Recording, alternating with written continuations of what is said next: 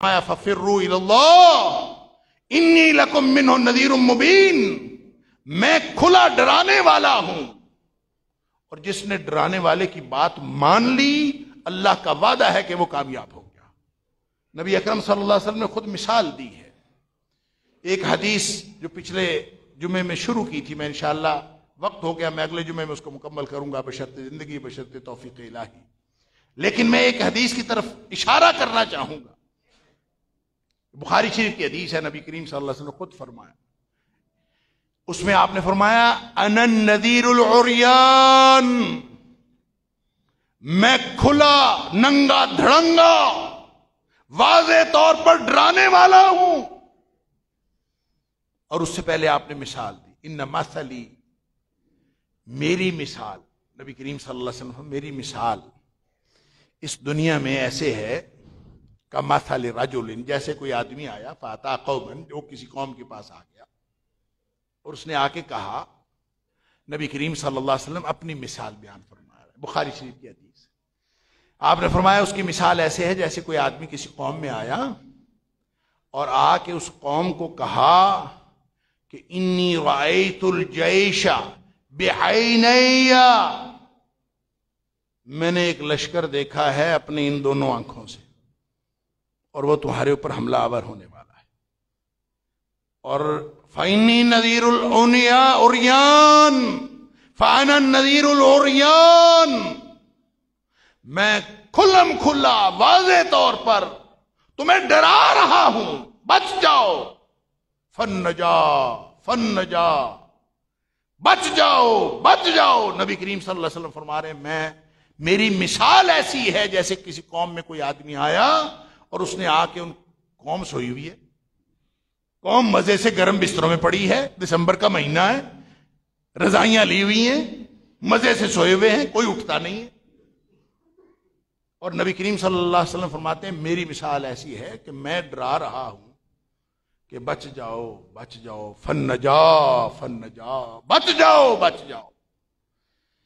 پھر نبی کریم صلی اللہ علیہ وسلم نے فرمایا فاتاہ طائفہ، کچھ لوگوں نے اس شخص کی جس نے آ کے بتایا تھا، یہ تو نبی کریم صلی اللہ علیہ وسلم اپنی مثال بیان فرما رہے ہیں، کہا کمثل رجل، جیسے ایک آدمی آیا تو فرمایا کہ کچھ لوگوں نے، ایک گروہ نے اس بندے کی بات مان لی،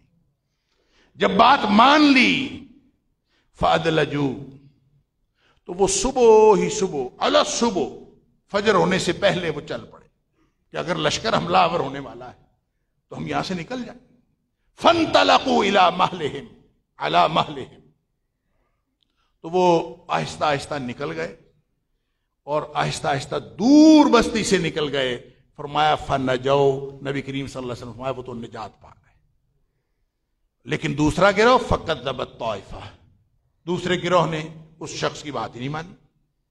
انہوں نے کہا مزے سے سوئے ہوئے ہیں، ایسے کوئی بندہ آ کے پتہ نہیں کیا کہہ رہا ہے، ہم اپنے آرام کو کیوں چھوڑیں، اپنی زندگی کا رنگ ڈھنگ کیوں چھوڑیں، وہاں کہ وہ پڑے رہے اپنی اپنی جگہوں پر، اپنے اپنے گھروں میں پڑے رہے، فاصبحوا مکانہم، اپنے گھروں میں پڑے رہے، جیسے ہم پڑے ہیں، ہم دین سنتے ہیں، ہم اللہ کا قرآن سنتے ہیں، ہماری راتوں کی نیند حرام نہیں ہوتی، ہمارا چین خراب نہیں ہوتا، ہم دن رات نبی کریم صلی اللہ علیہ وسلم کی باتیں سنتے ہیں، ہمیں کچھ فرق نہیں پڑتا۔ فرمایا فاصبحوا مکانہم، اپنے اپنے گھروں میں پڑے رہے، سوئے رہے، تو کیا ہونا تھا؟ اللہ فصبحہم الجیش، اللہ وابتاحہم، فرمایا کہ وہ پھر لشکر ان کے اوپر حملہ آور ہوا اور اس نے پھر ان کی اینٹ سے اینٹ بجا دی، ایک نہیں چھوڑا، سارے تباہ و برباد کر دیا۔ اللہ، پھر نبی کریم صلی اللہ علیہ وسلم فرمایا یہ ہے میری مثال، فرمایا میں جو دین لے کے آیا ہوں، جو حق لے کے آیا ہوں، جن لوگوں نے میری بات مان لی اور چل پڑے، اور وہ واتبع